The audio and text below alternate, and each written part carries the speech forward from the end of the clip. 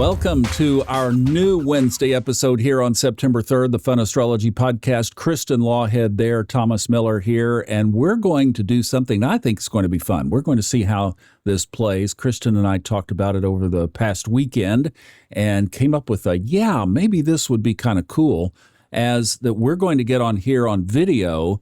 Now, those of you listening on audio, we're on YouTube and we're going to be showing the chart, but we'll try to keep the audio descriptions as well so that you're able to drive to work and still get what we're talking about. But if you want to watch it on video, we are on YouTube with it. But we're going to kind of do a midweek touch base. And this week we have a perfect chart to take a look at for this. We have several things in the chart that we've already drawn in. The first one, your eyes should already be falling onto it. It is the big yod right here, tilted on its side. The witch's hat is pointing down toward 4 o'clock in the afternoon.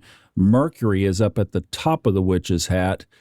Pluto and our friends Saturn and Neptune, which are really in the highlight in this chart right now, are the other side of that base. Then we have another big prominent structure. Mars is at the tip or the apex of this, what is called a T-square.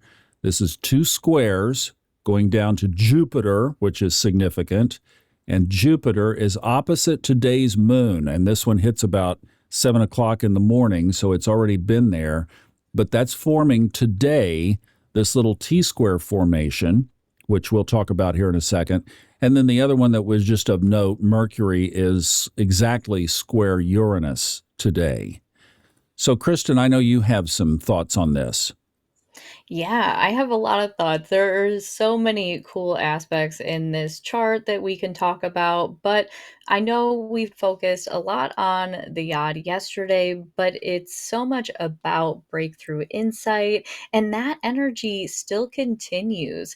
The square between Mercury and Uranus is exact early this morning, and so it is taking action around those breakthroughs, especially with today's T-square. Now that the moon has moved into the position that it is squaring Mars as well as opposing Jupiter, it is another call to action. And especially as the moon moves through Capricorn, it will eventually make that sextile to Saturn in Pisces. That's actually the closing aspect that they're working towards. And so all of the action that you're taking today has that potential to really push forward the things that Capricorn and Saturn stand for, the legacy, the stability, and the structure that you're really trying to look for. There are a couple of other observations that Kristin and I made, and I mentioned this in the weekly video, and we still have it here in the middle of the week. So if you've been feeling this, we do have a little bit of a shift in here that we wanted to show you. If you watch the weekly video, I talked about how it looks like, this looks like a paintball thing at the kids' art store where you just threw a bunch of stuff at the wall, right? The planets are just scattered around. Mark Jones called it a splay pattern, where it just like literally to put paint in your hand and go shoo, up against the wall. Well, that was that chaotic, kind of disrupted, bouncing around, all of the aspects in the middle, and we added 6 more lines in there, or 7, that just makes it, don't you feel that way?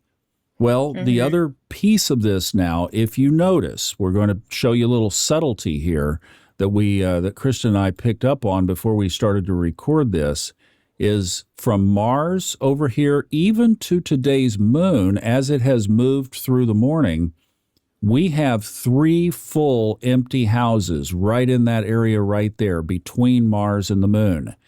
And this makes the pattern a locomotive. Woo, Kristin, what does that mean? It means that there is a driven energy in the air.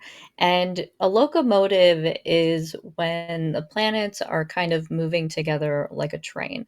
And you read it as if the rising planet is the leader and the setting planet is the tail, where the energy kind of ends up.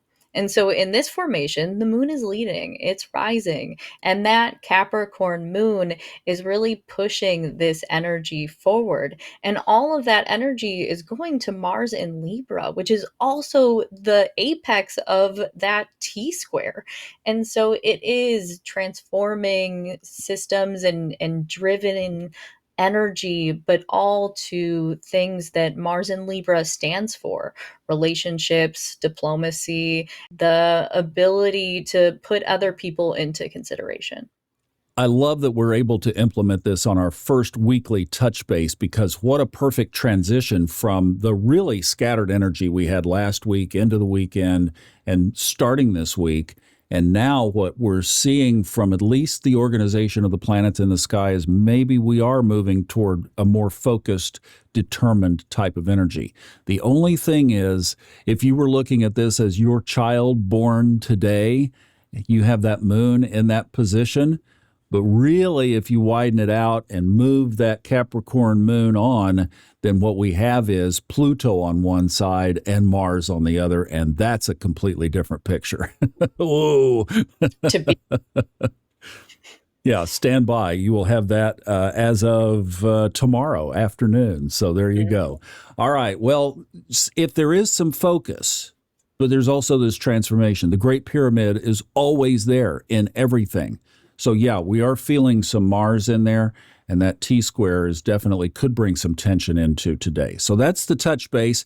Kristin, thanks for your thoughts, and thank you for your time watching this. Hope you like it, and we'll be back with more every Wednesday. We're going to do this. Have a great day.